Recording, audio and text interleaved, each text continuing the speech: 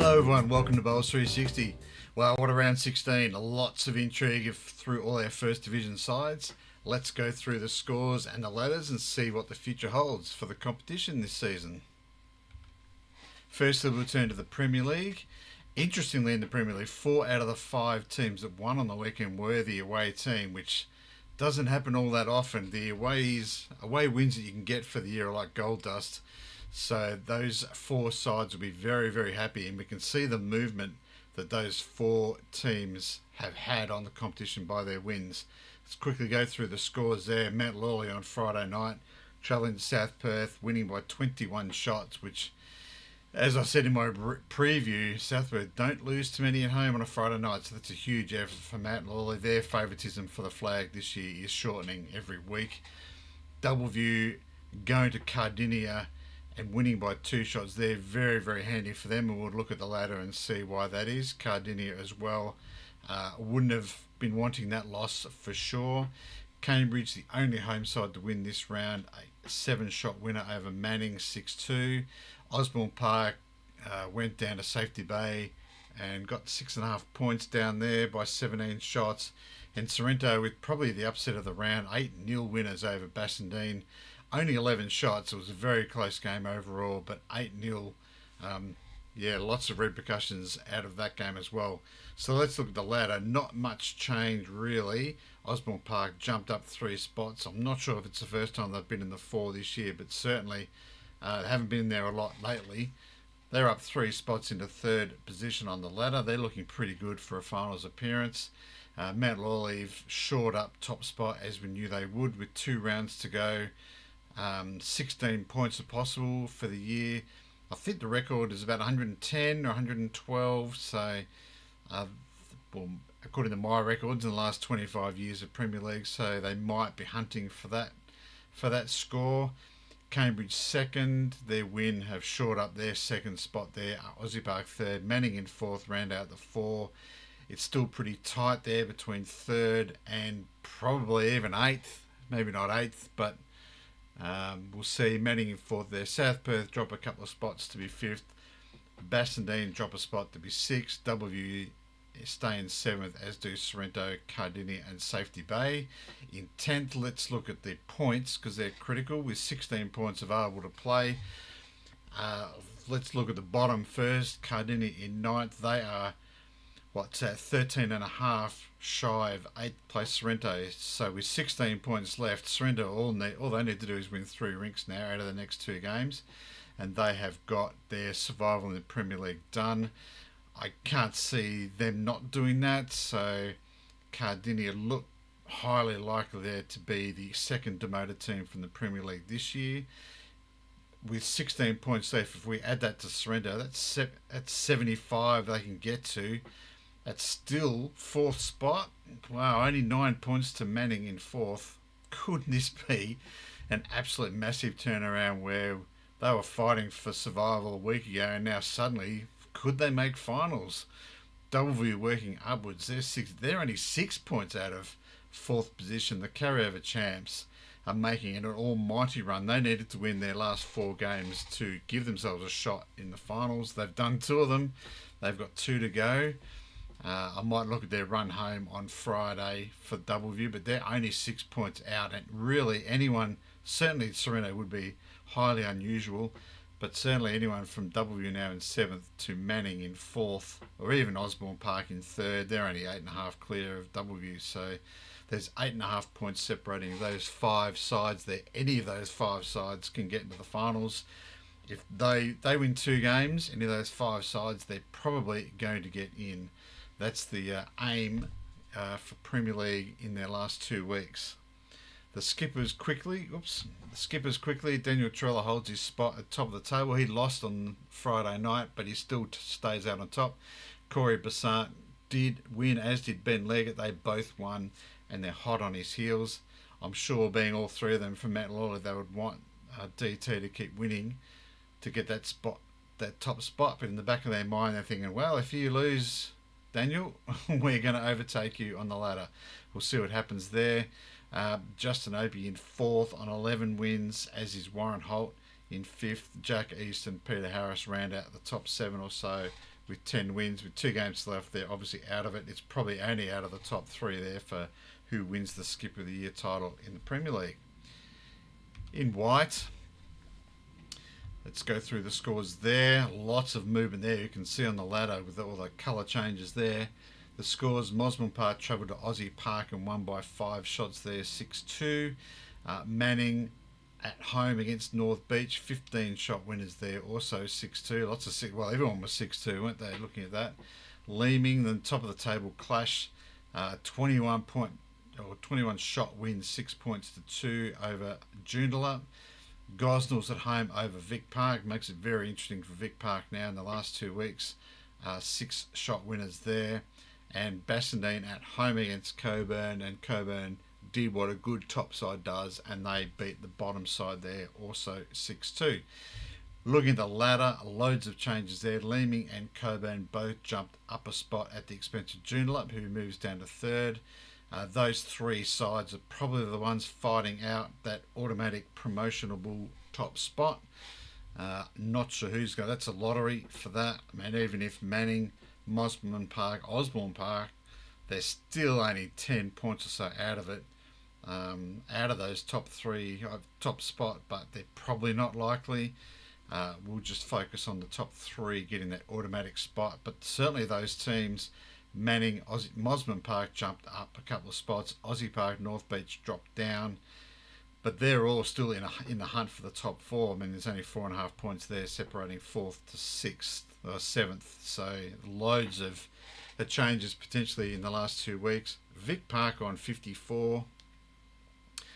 Can they get out of the beef, as such you would say? They're 12 points shy of Aussie Park with 16 points left. Highly unlikely, so they've got to try and concentrate on not getting overtaken by Gosnells or Bassendean, who are right on their hammer. Bassendean playing Vic Park this Saturday, I think it is. Maybe it's the last Saturday. They play each other the last Saturday, so if Bassendean can win, or Gosnells can win this week and Vic Park lose, it's going to be a very interesting round 18 game there. And so really, Gosnells, Bassendean, Vic Park, they're probably the 3 sides. Still, there's no definites there, so who's getting demoted? Bassendean, obviously, with the tallest hill to climb there, but very much interesting there in white. If we turn to the skippers, Jeremy Thomas maintains his position at the top there. A slender 3-shot advantage over Lesser Featherby, both on 11 wins and 5 losses. Mitch Cranswick on 10 wins, Billy Fraser on 10 wins, and Carl Vandersloot, Paul Smith, Jimmy Newton on 9 wins. I suppose anyone of that bunch can get to the top of the table. Maybe not Jim with his shots difference, but who's going to win the one white Skipper of the Year? Who knows? It is wide open. Blue North. Not much movement there on the ladder. We can see only 1 green and 1 red. Let's go through the scores quickly. Wanneroo at home, 17 shot winners over Warwick, 7-1. North Beach at home, winners there over Cambridge, 7-1 by, 18 shots. Sorrento with an 18-shot win over Yokine, 7-1. The only visiting team to have won was North Perth. The top of the table, North Perth, they travelled to Mount Lawley. It's not easy winning at Mount Lawley, especially when they're a strong side like they are in blue, but North Perth, really strong winners there. And Quinns Rocks travelling to Doubleview and winning by 28 shots there, not losing a rink on the one drawn wink. As mentioned, only 1 change there. Quinns Rocks and Warwick flip around. North Perth out on top at the moment on 81 points from Wanneroo and Sorrento. Those 3 sides winning. They're probably 3 sides in it. Mount Lawley is 7 points out of 3rd. Certainly not without the possibility there. Quinns Rocks on 67.5 and Warwick also 63.5. They're within touch for that 3rd spot to get into the finals, but you would think it's probably out of the top 3 now. Which of those sides is going to win the automatic promotion? Yeah, anybody's guess. It's going to be very exciting coming up. And at the bottom of the table, Doubleview have been consigned to a 2nd division next year. They can't catch up to Yokine in 8th, but the other positions there, who else is going to get demoted? Well, Warwick are in that position where they're 12 points clear, but is it enough? If they lose their last two games, potentially it could be overtaken. So they'll be looking behind them and in front of them. They're one of those teams that could make the finals, or they could get demoted, or they could just finish in the middle. In the skippers table, Shane Smith still holds on to his lead there, 13 wins and 2 losses, plus 178. Huge shots there to Shane. Kingsley Toster from Wanneroo, 12 wins. The only one that can catch him, he's got to catch him on wins. So all Shane's got to do is win one more game in the next two, and he will win the Skipper of the Year in Blue North. We'll see after next week. We'll have a clearer picture there next week. Brian Lettingham, David Anderson on 11, Marcus Mertz and David Dunstan on 10 wins. And finally in Blue South, last week we saw the ladder there with no changes. This week there's changes galore.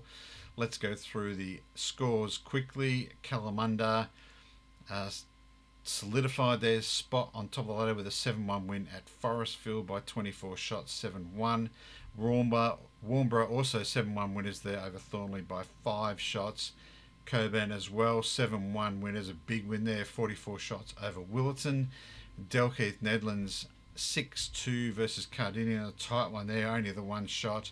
And to round off the all home sides winning in Blue South, Rossmine 6-2 winners and 18 shots over Rockingham. Loads of changes there. Kalamunda remain on top with Cardinia losing. They are now 7.5 clear of Cardi. If Kalamunda win an aggregate next week, then they're probably home and hosed. We'll know more after round 17. Cardinia equally, they're 11 or 10.5 clear of third, so they've probably done enough to play in the playoff game should they not be able to catch Kalamunda. But who else is going to be in that playoff game? Well, there's probably only 3 teams in it. Coburn up 2 spots in the third from Willetton and Rockingham. Only 3 points separating those 3 teams. You'd think the other third spot there that'll play in the playoff game will come from those 3 sides. Rossmine in 5th can't catch third. But it is really tight in the bottom 5, as you can see from all that movement. Forestfield losing. They've dropped 3 spots from 6th to 9th. They were away from home, so I'm pretty sure the way the draw works now is that all sides will get one home and one away game closing out the season. So which of those sides is going to win away from home? That will probably dictate who finishes out of demotion. Automatic demotion. Anyway, if you win a game away from home, you'll probably not be automatically demoted, but you could still be in a playoff for demotion. Exciting Blue South. That's very interesting how that's going to pan out. And finally, the skippers for Blue South. Billy Brandsma has the Skipper of the Year wrapped up for Kalamunda. 14 wins and 1 loss. An awesome season from Bill. He's been a great player for a very long time, so congratulations to you. Steve Sahor, the old master, in 11 wins with Alan Walters, and on 10 wins, Darren Radekis, James Wiley, and rounding out the top 7 or so, Cam Gervin and Bruce Edwards from Rockingham. Well, that finishes the show for today. Thanks to everyone for tuning in. Don't forget to like and subscribe. Any likes and subscriptions all help towards the channel. Thank you very much, and we'll see you next week. Bye.